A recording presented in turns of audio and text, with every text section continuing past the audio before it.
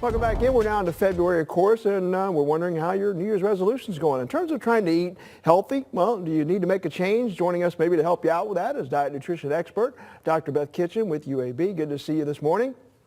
It's good to see you too, Mike. Thanks. The last time you were on, we did talk about the several diets that people try to use and some of the research on those. And now you're talking about the Flexitarian diet. Describe what that is and why this might be for some people.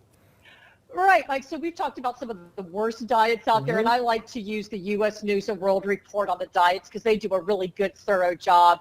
But one of the diets that's really come out on the top, along with things like the DASH diet and the Mediterranean diet, over the last couple of years is this idea of the Flexitarian diet. And it was developed by a registered dietitian, and it's a really great meal plan for people who sort of flirt with vegetarianism but think, oh, I just don't think I could completely do that. So it is basically what its name sounds like. It's a flexible vegetarian diet. So you eat mostly vegetarian, but hey, on that occasional time when you want a burger, you get to go ahead and have one.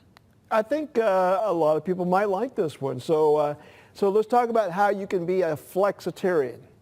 Add in the food right. group So here. how can you, and this diet again comes out on top for things like diabetes. It was #1 for weight loss, and so it's actually a really good, very healthy diet. So first of all, we're going to give you some resources towards the end of the segment where you can find the book, the websites, and all that kind of stuff. But here are the main things with this diet. First of all, you eat a lot of non-meat protein sources like beans, peas. You do get some dairy, so it's sort of a lacto-ovo vegetarian diet, and eggs.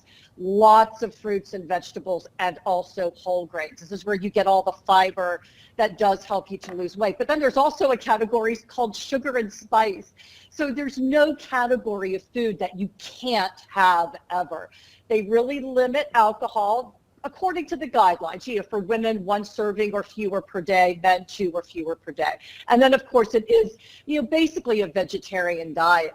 If you're using it for weight loss, they have a really solid weight loss plan where breakfast is 300 calories, lunch is 400, dinner's 500, and then you get snacks of 150 calories throughout the day. And so you can tweak it. On average, it's about 1,500 calories.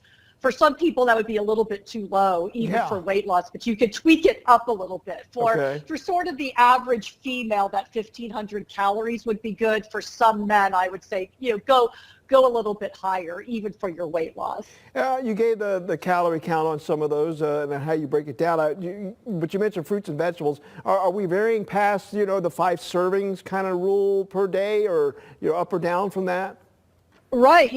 With fruits and vegetables, what we are seeing with all of these plant-based diets is almost the more the better. When you look at the DASH diet, which came out of the DASH study, which showed that eating 10 servings of fruits and vegetables every day significantly lowered blood pressure. So yeah, 5 servings of fruits and vegetables a day is really becoming the minimum. And so yes, more is better with that. And the other thing about this diet is that it's really, really high in fiber, so people tend not to feel hungry on it, and we know that fiber actually does help with weight loss. So this is a great plan for someone who, again, is really looking for something healthy but doesn't want to be quite so rigid on any diet plan. Well, it looks like too, in terms of the food you mentioned, that it would be rather easy to come up with recipes that are easy to follow and make.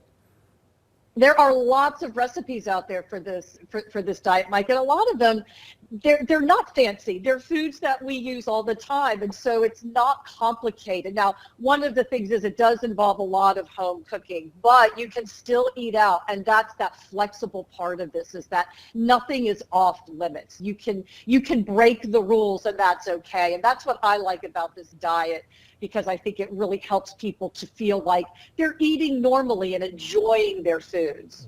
All right, and about the book now, from the Flexitarian Diet by Dr. Dawn Jackson Blattner. Am I saying that right? I think so. Okay. I think so. Yes, and she's a registered dietitian, and so and she did a really great job with this. It's been around for a while. It's just getting a lot more attention now, and you can also go to the U.S. News and World Report's website. They have a nice description of it. They even have a few recipes there, so you can sort of see if this might be a good match for you. It's not for everybody, right. but some people might find this really appealing. Well, I have gone to that website, looked at that information. There's a wealth of good information there in that report. Thank you so much, really Dr. Beth. We great. appreciate it. Absolutely. Thank you, Mike.